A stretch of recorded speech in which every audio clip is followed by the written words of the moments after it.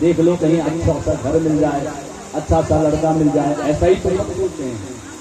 तो कौन क्या सोचता है, नीति कहती है। किसमें मन में कौन सी विचारधारा है, नीति कहती है कि कन्या वरयते रूपम माता पिता सुखम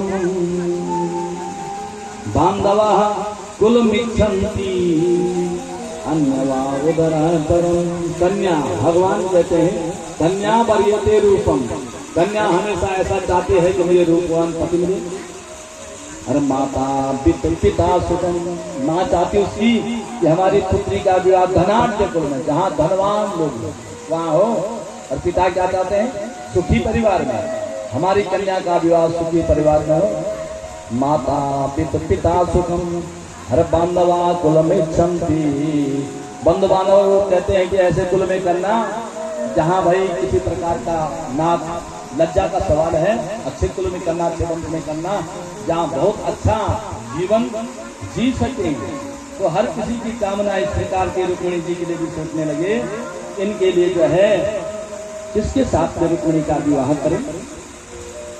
मंत्रणा मन में आई तो अपने पुत्रों से भीष्मक महाराज जी ने विचार किया कि मैं इनके साथ में विचार करूं।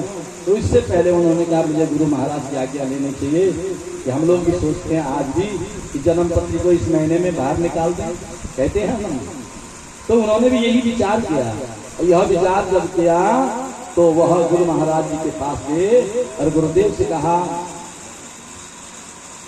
अखंडानंद बोधाया शिष्य संताप हारिणी सच्चिदानंद रूपाया तस्मै श्री गुरुवे नमः। गुरुदेव,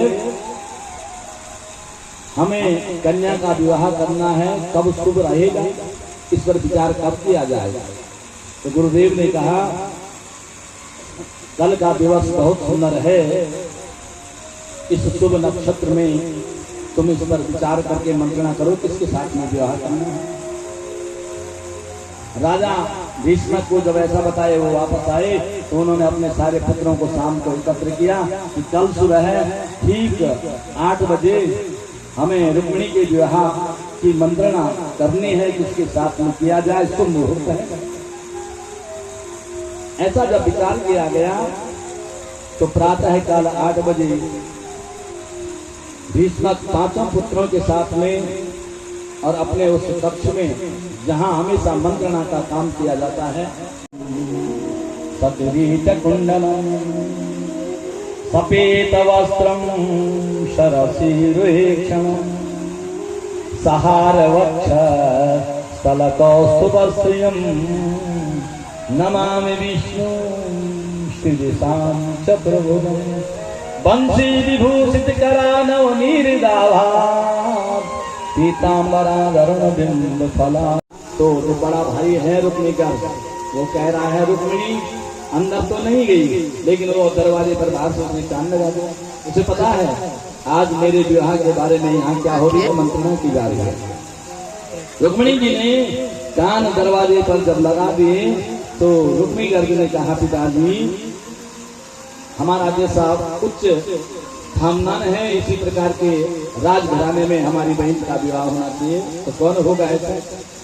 मैं तो सोचता हूँ कि चेल देश के राजा दंभघोष के पुत्र शिशुपाल ऐसे राजकुमार हैं जिनके साथ में रुक्मिणी का क्या होना चाहिए, विवाह होना चाहिए। रुक्मिणी जी ने सुन लिया तो सबने वहां अंदर जो है प्रस्ताव में ताली बजा दी, बहुत सुंदर है, शिशुपाल के साथ में ही विवाह किया जाएगा।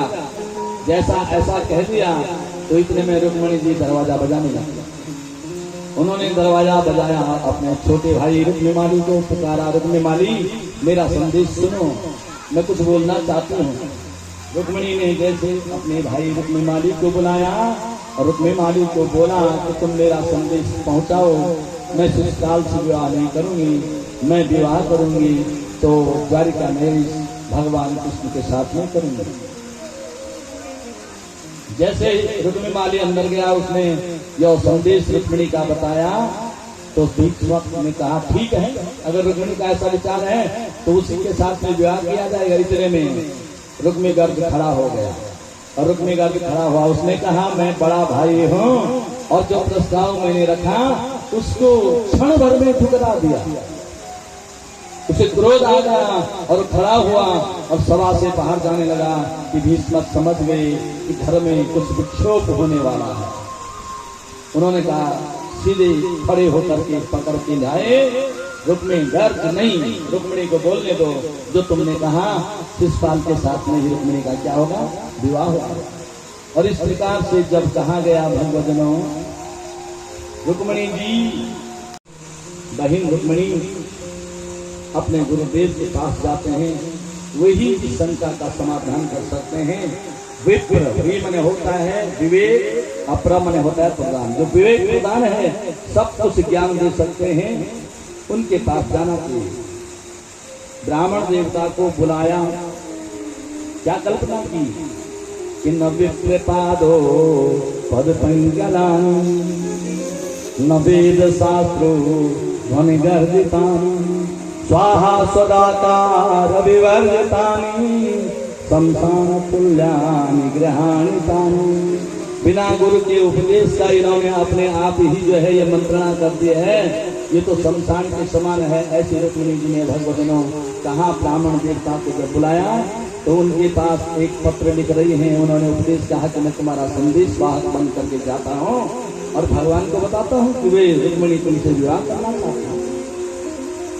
जब इस प्रकार से कहा तो पत्र लिख रही है रुक्मिणी जी, तो भगवतनों बहुत विचार किया, अगर मैं नाराज हो जाएंगे क्या लिखूं, संबोधन कैसे करूं। तो देखो रुक्मिणी जी ने भारत की नारी का वह सारूकार रूप साकार किया भगवतनों, जिसके मन में रहता है कि मेरा पति एक जन्म नहीं 7 जन्मों तक यही हो।